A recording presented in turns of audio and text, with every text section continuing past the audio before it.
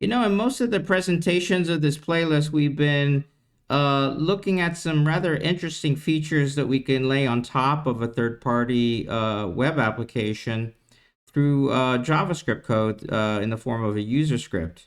But we've never kind of been able to slow down and show the actual implementation of that feature from start to finish. The start being the moment of discovery where you basically see a gap or a need to the point where you want to engage and activate that user script based on the particular page you're at to actually attacking the problem right there and then inside of the loaded page. So today we're going to go through that whole process, and we'll look at the most recent feature that was just implemented, and I will take you from start to finish, hopefully. So if we go to this electronic medical records software I've told you guys about before, and we're here inside of a particular patient's quick view. The quick view has all their demographic information. That has their telephone number, it has their date of birth. At the very, very bottom, there's a section here which is all for the patient's policies of insurance.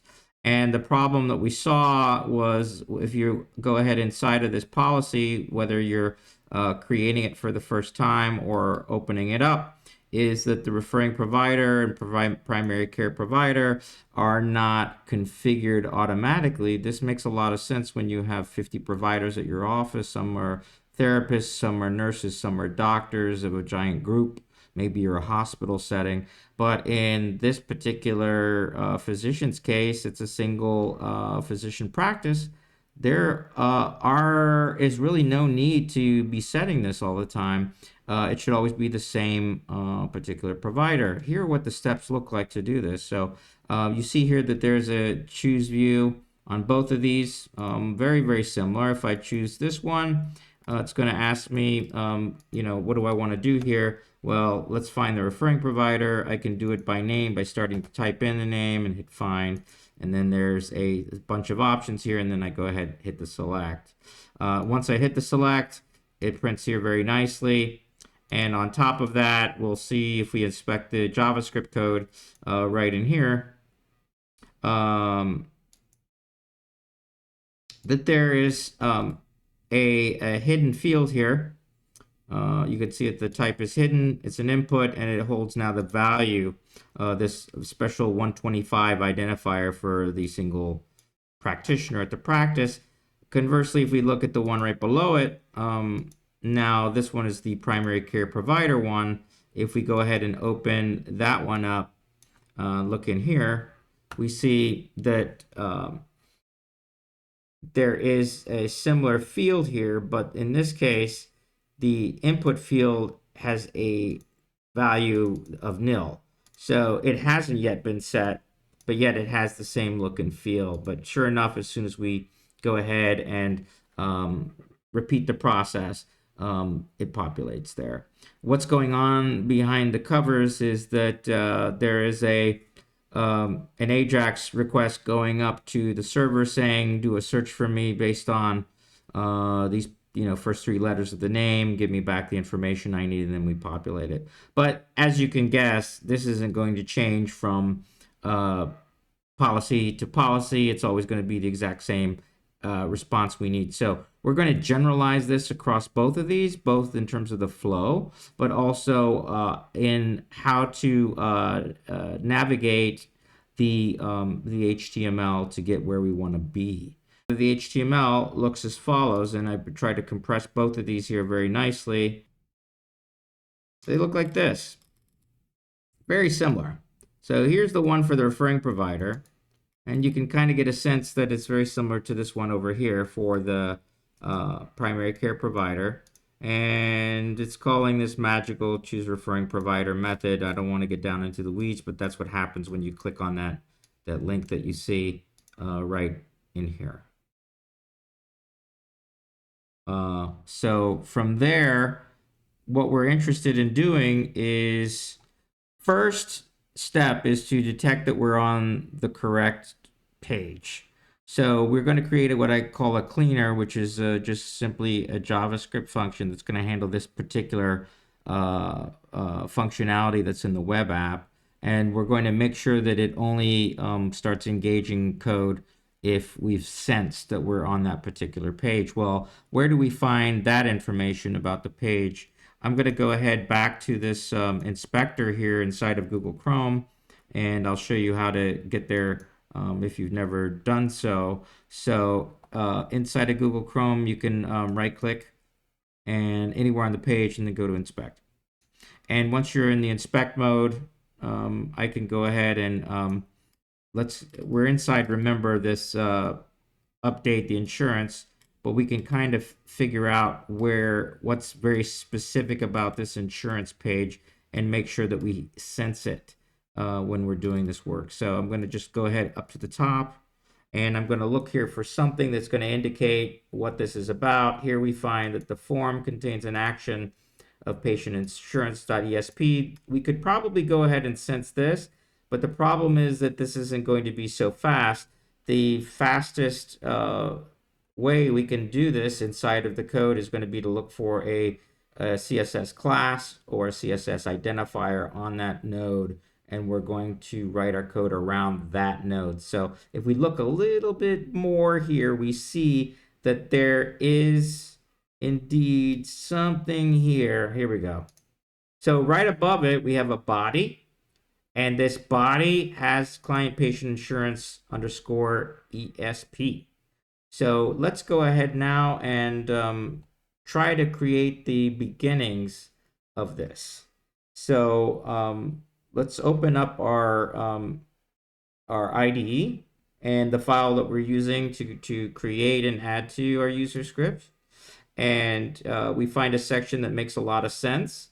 Clean the insurances. We've done something similar before, but in this case, we're going to clean the insurance form, which is a little bit different than this. So let's go ahead and create a similar function. You may be asking yourself, well, what's going on here? I'm going to do the same thing here. I'm going to create, well, first I'll create the function, which I'm going to call clean the insurance form.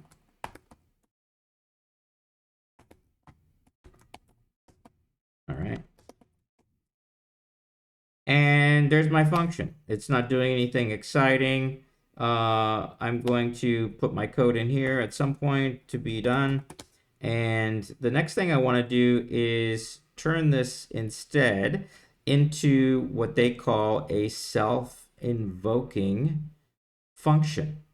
So I don't want this particular function by name to be available elsewhere. So I just want to be able to invoke it as I'm declaring it, and then we're done. There should be no further references to people accidentally being able to call it from a more of a global point of view and a larger scope. So how do I do this? So the way to do this would be to, right after the function, I'm going to invoke it. And I'm also going to be placing a set of brackets around the whole thing. So these parentheses are here. And I end it with a semicolon, and hopefully I'm done here. So here we are.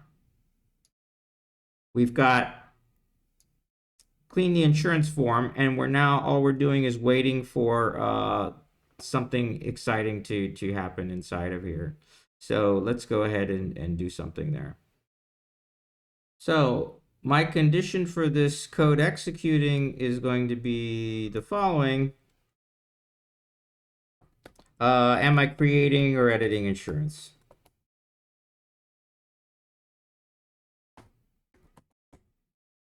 And the way we know whether that's happening is we're going to create a selector around just like what I showed you there. It's going to be a body tag with the class of client patient insurance underscore ESP. And assuming there's a length here that is non-zero, this should be a predicate that we can use to do that. So if it is the case that we're creating, right, or editing insurance, then we can do what we need to do. So the next thing we have is we're going to set our sole provider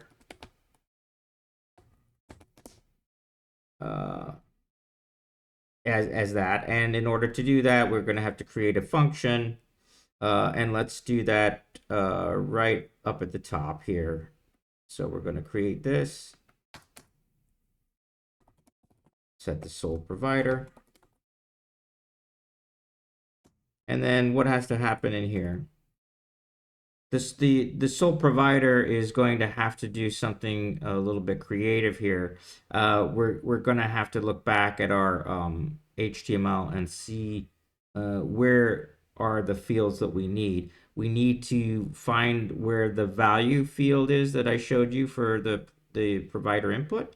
And we also need to find that anchor tag that was used to open up that modal window. And let's kind of go back and take a look at the stuff here. So here we are in here. We're going to go ahead and reference the provider input. And this is going to be based on the selector that we looked at earlier, which was it's going to be an input. And the name is referring provider ID. And once we have that, we see that the input field has a sibling. And that sibling is this anchor tag. And there's only one anchor tag, and this is the one that we need to attack. So if we found this guy, we can also find this one by looking at its sibling. So that's what we're going to do.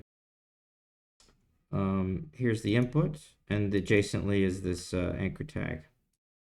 So going back to our editor, we have the provider input. Now we just need the sibling here. So I'm going to create another constant called the choose the provider link. Okay, and that's going to be basically this provider input. And then I'm going to look at its siblings, and I'm going to just select the first of its anchor tags, and that's what I want to use. Well, what's the next step? You recall we click on that. So I already have a method called click on, and we're just going to put in this choose provider link. There we go.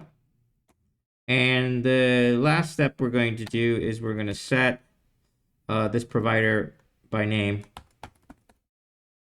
as the provider in the pop-up. Now, this is an exotic function. We can go ahead and take a quick peek at it. We've used it elsewhere, but we're basically going to look for the proper method and populate the details that you saw inside of the HTML on the first the referring provider that we ended up setting, which was here. It's going to look very similar to this. And the whole process leads to this populating the correct way. So let's go ahead here, and we're not done yet.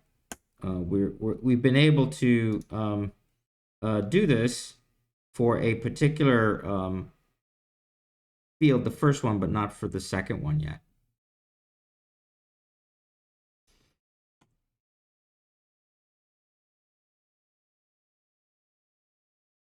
So if we did this again, we would be doing it for the other one. But, you know, as I showed you here, both of these are nearly identical. The only thing that they have that's different is this identifier here, this ID for the input field. Right here, it's the same.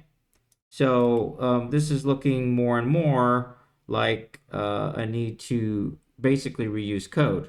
So we're going to do what they would call an abstraction. We're going to extract a method out of this so that we don't repeat all of this code. You can imagine this code here.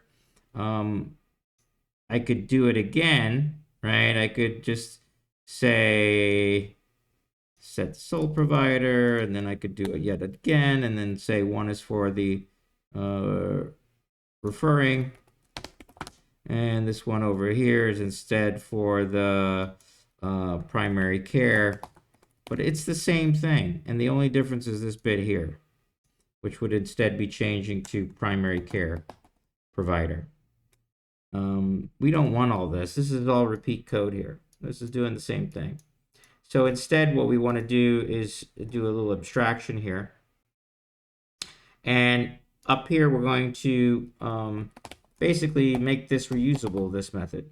So we're going to put the input selector here, and whatever is passed into that function is going to be put here, and then the whole thing works for both.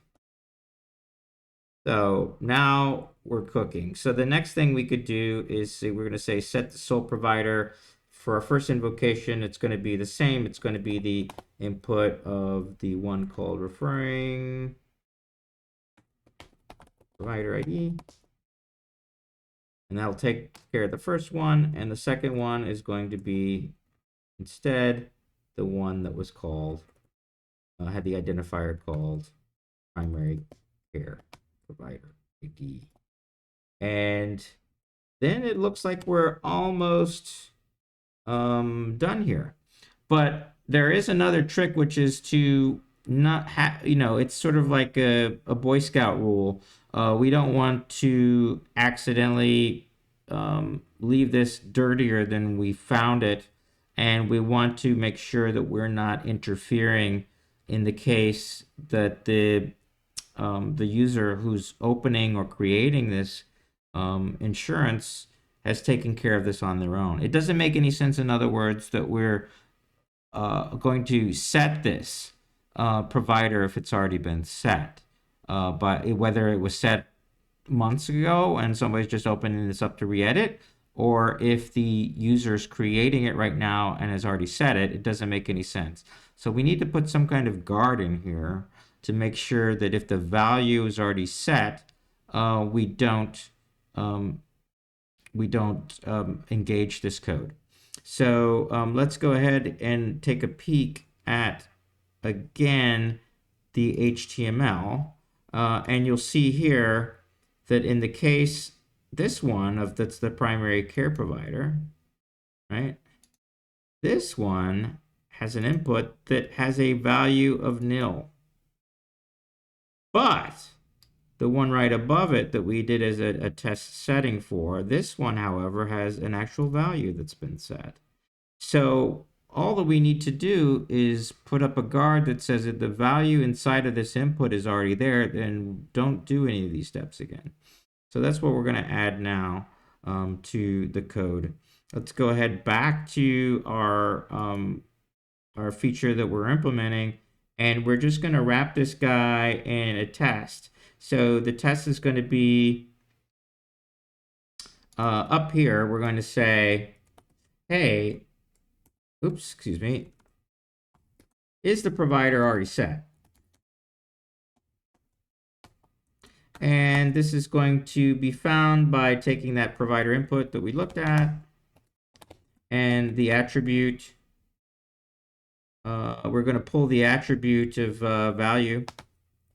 And this is where we're able to create a test that says, well, if it's not the case that the provider is already set, then we're going to want to execute this code, and otherwise we don't want to do that. Now, this brings up a notion inside of JavaScript world of truthiness. This value, as long as it's like undefined or null or something like that, then this code should execute here. If the value, however, is already there as a number, then the code will not execute. So here, this is going to pull that value out. When it finds it doesn't have a value, then this is going to evaluate to false. And the exclamation point says, let's go ahead and reverse that Boolean value to true. And only then is this stuff going to happen here. So from start to finish now, we have all that we need for this clean the insurance form cleaner. We have a function that's going to set the sole provider. Based on the selector, it's going to find the input. And only if that value is not already set, it's going to click on the provider link, and I can show that to you real quick. It's not doing anything sexy or exciting. It's just, you know, I have a shortcut method for triggering a click event on it. And then it's going to select the single provider in the pop-up window. So that's just about it. So once you have that function there to set the sole provider, then assuming we are on the page to create or edit the insurance, we're going to set the sole provider for the referring provider ID and also set it for the typo here for the primary care provider.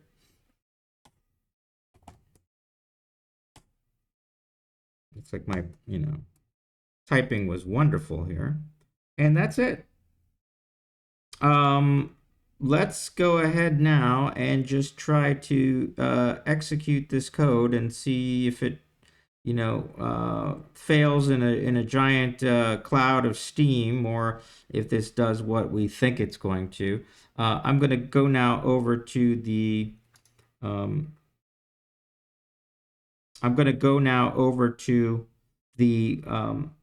actual version of the web page that has the user script running, and that is here.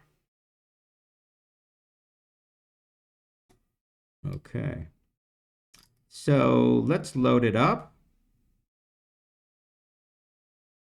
And you can see in this top right hand corner, this is indicating we've got 2 instances of the user script running. It's working for us. We'll go back to our Tina test, and we're going to go ahead and open the same page of the update this policy. And we'd like to see now, when we do so, that the user script itself will go ahead and populate those 2 fields with the only practitioner at that location, automatically filling that in. Drum roll, please. There it is. So it actually works. So now it's doing what we wanted to do. We are going to be fortunate if this is going to work also when we create a new insurance. Let's do it that way. Let's create it, and we're gonna when you create the new insurance, it's gonna pull up the same form, and we're hopefully gonna see the same thing happen. First, I'll do it for you inside of the version that does not contain the user script. So here we are with Tina test. We'll create a new policy.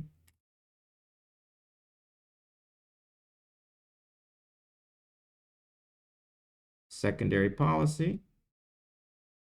Let's see. Let's add a tertiary policy. And we'll call this, who do we want? Let's call this Ahmed. Okay. And let's find one that matches, and we'll select it, and hopefully we'll see that this form is the same.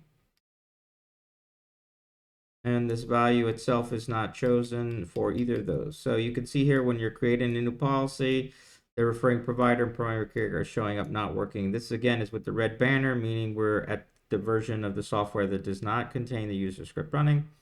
And let's go instead over to the version that has a user script running, and we'll do the exact same thing and see what happens. Here's the version with the user script running, black banner. We've got the 2 versions of the user script activated and loaded. We're going to create this same tertiary policy here for Ahmed. Search for it. Select it. And before we save it, scroll down, and sure enough, here we go. These referring provider and primary providers are filled in for us. Go ahead and add the policy.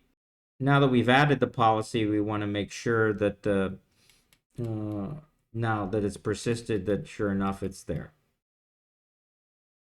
So we can do that.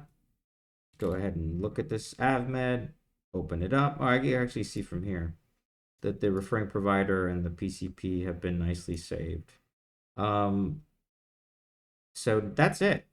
Once this happens, the whenever this particular patient comes in, insurance is assigned into the patient's appointment, and when that encounter is billed out, it has the correct referring provider already there. Let's see. I guess that's it for now. I don't want to take too much more of your time, but I wanted to show you how this works from start to finish, and show you that in just a few simple techniques, we've been able to implement a feature from start to finish. What we have to do sometimes is sense that we're on the correct page. That's one of the first gotchas. You don't want to process this code every time a page loads when 95% of the workflows in the web app have nothing to do with editing or creating the insurance policy. But once you've sensed that you're on the right version of the page with that particular body field, remember, with that class, then we're able to go ahead and say, yes, this merits our work. See if there's a value for either of these fields set for meaning the value being the provider's name. If they aren't set, then go ahead and set both of them. And that's what happened. I hope you enjoyed this presentation, and I hope it kind of took away some of the intimidation that you might have about how to do this type of thing. It's not so difficult, and the benefits can be very rewarding with just a few lines of code. In this demo, I was lucky enough to be able to create it, and during the demo, it worked on first try. Actually, when I was creating it before the demo in its original implementation, the same thing happened. So if you're clean enough in your code and the way you're writing it, sometimes you'll be lucky enough to have one of these cleaners that you're implementing as a user script work on the first try or very close to it. And then in other cases, it can be very frustrating. You may find that there's something under the covers is making this process a lot harder than it probably should be. But in this case, it kind of worked out okay. So that's it for today. I really hope you'll try some of this stuff out. In another upcoming presentation, I'm going to try to show you just the basics, the hello world, about getting a user script started so that you could do something like this inside of it instead of just a simple printing out of hello world. And once we've got all of that original boilerplate set up, it's a piece of cake to come back and make edits and add more and more and more things that you find beneficial. Anyway, that's it. Hope you guys had fun, and talk to you sometime soon. Bye.